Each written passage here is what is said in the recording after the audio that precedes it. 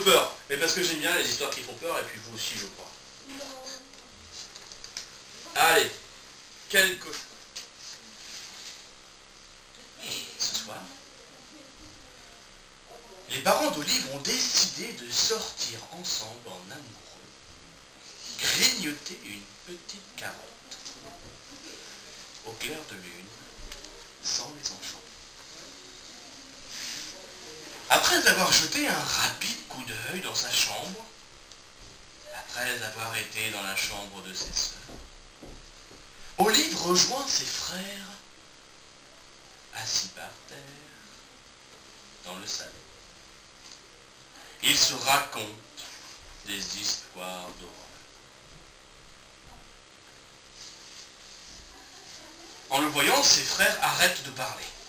Chut, chut, chut, chut. Olive arrive.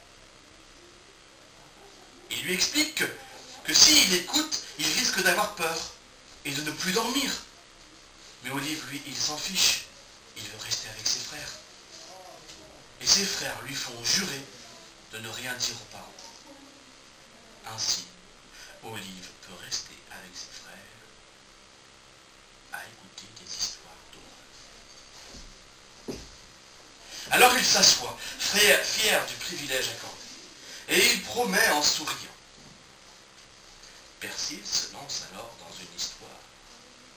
Il se lance dans une histoire de monstres à deux têtes, de dragons énormes, dévoreurs d'humains.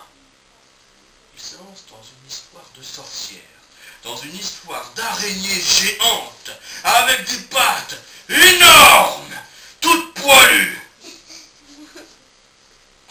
qui grimpent aux arbres. Et au milieu de tout ça, il y a un tout petit lapin qui court pour échapper au monstre. Et ça, vous savez quoi?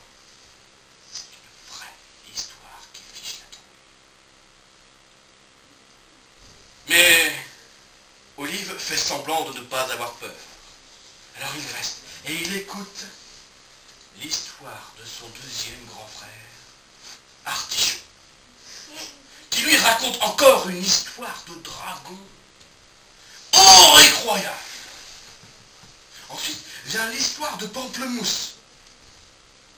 Et là, c'est fini. Et là, Olive, il a fait le plein de toutes les peurs possibles et imaginables. Et d'ailleurs, il est très content que ce soit fini. Il rentre dans sa chambre. Il grimpe dans son lit. Il écrase sa truffe dans l'oreiller et se laisse aller sur l'édredon.